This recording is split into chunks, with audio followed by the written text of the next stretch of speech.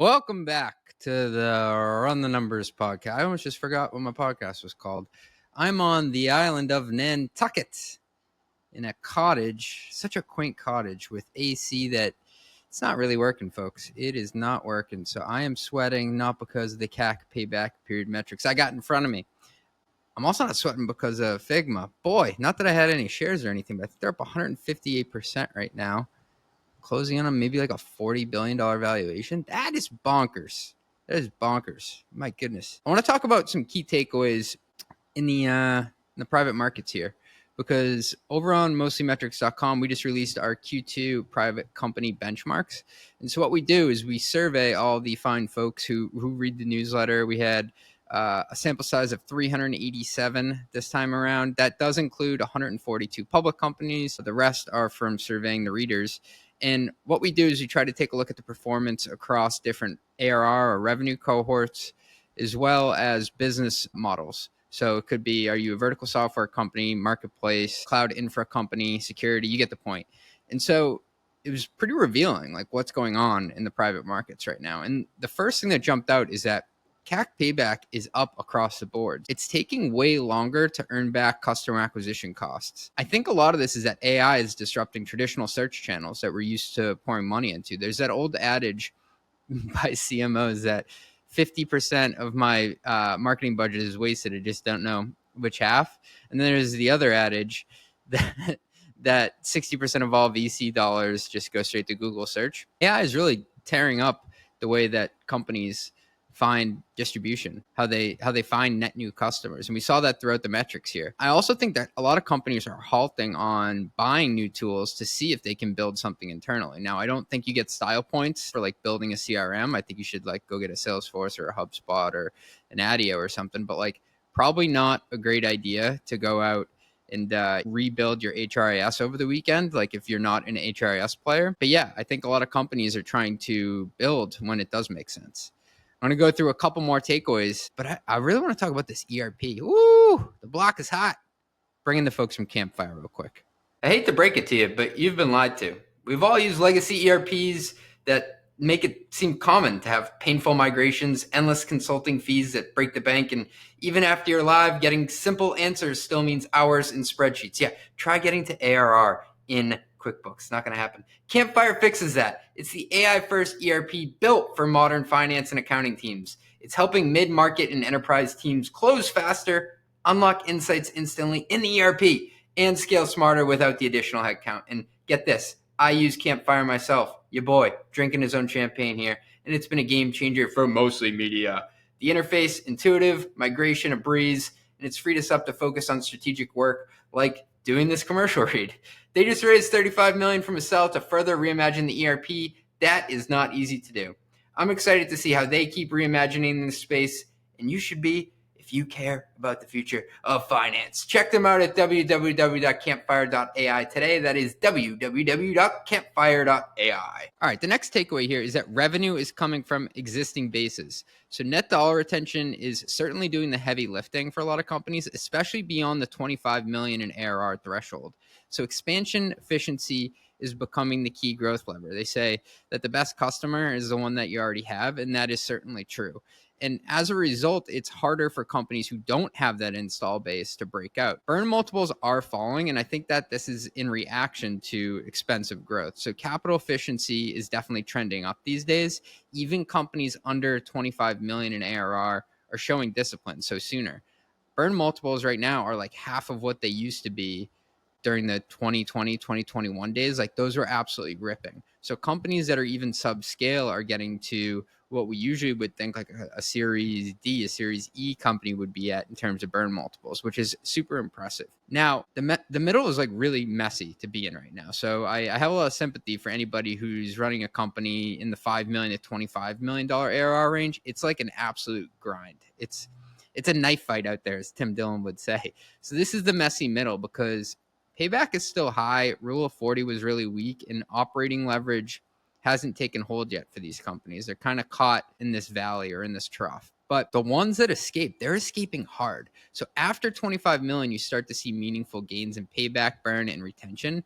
And it's becoming a clear tipping point for operating efficiency. Revenue per employee, if we check on that, I've called it the GOAT of SaaS metrics before.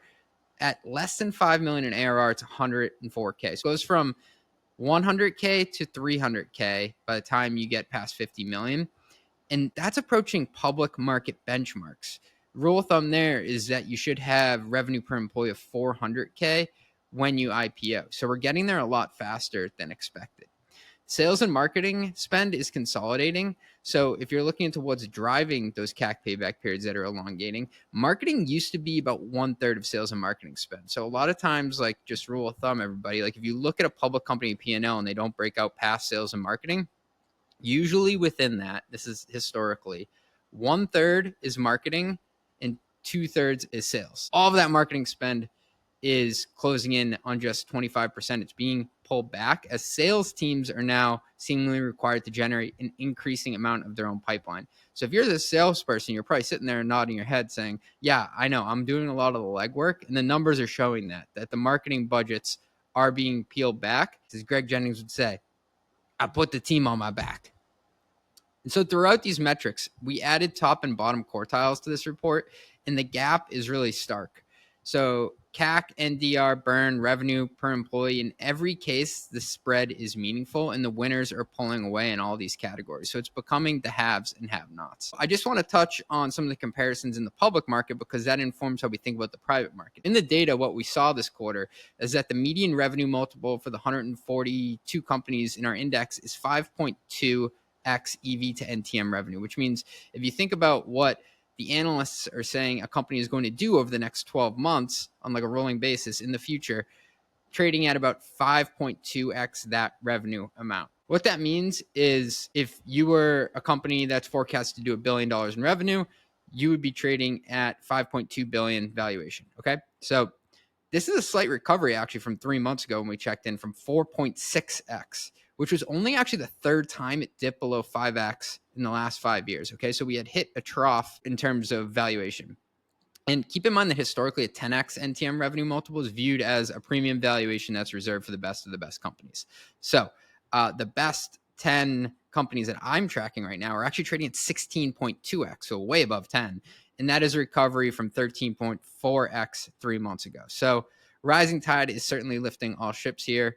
And the market is more bullish than it was a quarter ago, despite some ongoing uncertainty around the interest rates and tariffs. Looking at that public cohort again, the median company is expected to grow 13% year over year, so grow their top line 13%, and is cash flow positive with 20% free cash flow margins on an LTM basis. And the top 10 median company is expected to grow at 22%, which is 9% higher than the median that I just referenced, and is throwing off 29% free cash flow margins, which is also 9% higher. And vertical SaaS companies, I'm noticing, are trading at a premium relative to other cohorts. This includes Palantir, which is trading at an eye-watering 89x forward revenue. Yeah. Woo! An estimated revenue growth for the median cloud platforms or infra companies, as well as the marketplaces and consumer segments, have now all fallen below 10%. So those companies are seeing a slowdown in revenue. So if you're running either a cloud platform or infra company or a marketplace or consumer company in the private segment, you should know that, like, contextually, your public market peers are struggling in terms of revenue growth. Now, a bright spot, with the exception of go-to-market, which I call MarTech and Sales Tech, the median company across all cohorts is more than 15% free cash flow margin positive on an LTM basis, which does show that changes have worked their way through all flavors of operating models. And like I said, we're seeing that earlier in the life cycle of companies below 25 million in revenue. So key takeaway, what good looks like varies by sector and business model, but profitability is very much expected earlier at this time. Looking at the efficiency metrics in the public market, the median company now has a CAC payback period of 38 months. And by the way, I'm not lagging any of the sales and marketing spend here. I am, of course, gross margin adjusting it, which you always should do. It's like that Bernie Sanders gif, like, I am once again here asking you to gross margin adjust your CAC payback. I should shut up. And they're throwing off about 400,000 in revenue per employee and is 2 percentage points short of the rule of 40. So they're at 38. Now, the top 10 median company has a CAC payback period of 21 months and is generating 463,000 in revenue per employee and has a rule of 50. Wow. So I want to call out some segments here. Despite their high CAC payback periods, horizontal SaaS and back office companies actually have the strongest Rule of 40, and that's bolstered by higher growth rates and larger deals. They're at a 41 Rule of 40.